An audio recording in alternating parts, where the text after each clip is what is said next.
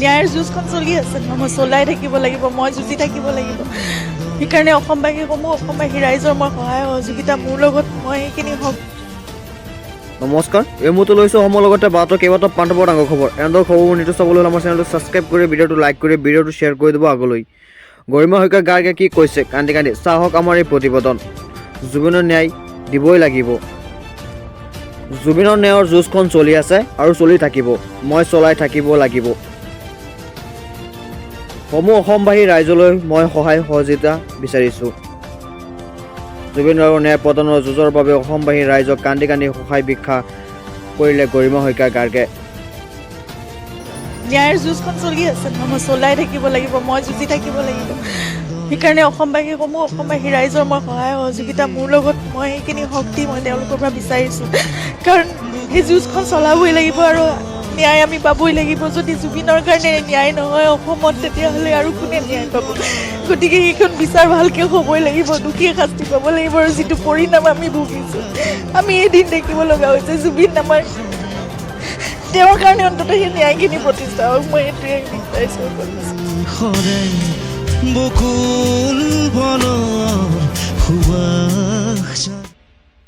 এতিয়া আহিছে পৰৱৰ্তী খবৰলৈ। উজনি অসমত ম্যাৰ অভিযান আৰম্ভ কৰিলে অসম যুৱ মঞ্চৰ যুৱকসকলে। উজনি অসমত ম্যাৰ ওপৰত অত্যাচাৰ কৰি আছে অসমৰ নৱযুৱকেইটাই।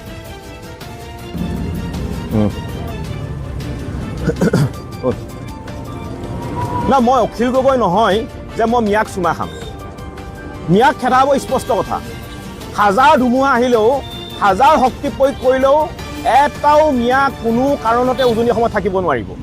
আৰু আমি জাতীয় সংগ্ৰামী অসমে আজিও উজনি অসমত আমি মিয়া খেদিছোঁ। উজনি অসমৰ বিভিন্ন ঠাইত আমি পোষ্টাৰ লগাইছোঁ, মানুহক সজাগ কৰিছোঁ। আৰু এতিয়া কোনোবাই আমাৰ এই মিয়া খেদা অভিযানৰ সমালোচনা কৰিলে আমি এইবিলাক কথাত আমি গুৰুত্ব প্ৰদান নকৰোঁ। আৰু অখিল গগৈ, গৌৰৱ গগৈৰ লক্ষ্য উদ্দেশ্য কি? তেওঁলোকৰ লক্ষ্য উদ্দেশ্য এটা, অসমখনক ন্যায়ালয় বনাব লাগে। কিন্তু আমি ন্যায়ালয় বনাবলৈ নিদিওঁ, কোনো কাৰণতে নিদিওঁ। অখিল গগৈ আৰু গৌৰৱ গগৈৰ যিটো উদ্দেশ্য, যিটো সপোন, এই সপোন আমি কোনো কাৰণতে দিঠকত পৰিণত হ'বলৈ আমি কেতিয়াও নিদিওঁ। আৰু সেইটো কাৰণে আমি কৈছোঁ যে উজনি অসমত ন্যায় যাবই লাগিব।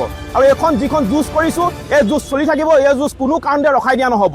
আমাৰ স্পষ্ট কথা, এই মাতৃভূমিত তেওঁৰ মাত্ৰ খিলঞ্জীয়া মানুহৰ প্ৰভুত্ব আধিপত্য থাকিব লাগিব। ইয়াত কোনো কাৰণতে কেতিয়াও আমি ন্যায়ৰ দম্ভালি আমি সহ্য নকৰোঁ। আৰু এটা কথা আমি কৈ দিব বিচাৰিছোঁ যে আমি অসমীয়া জাতিৰ সুৰক্ষিত ভৱিষ্যতৰ কাৰণে কাম কৰিছোঁ। আমি কাৰোবাক ভিক্ষা খুজি কিন্তু আমি আন্দোলন কৰা নাই। আমি হ'ব পাৰোঁ দুখীয়া, কাৰো গোলাম নহয়।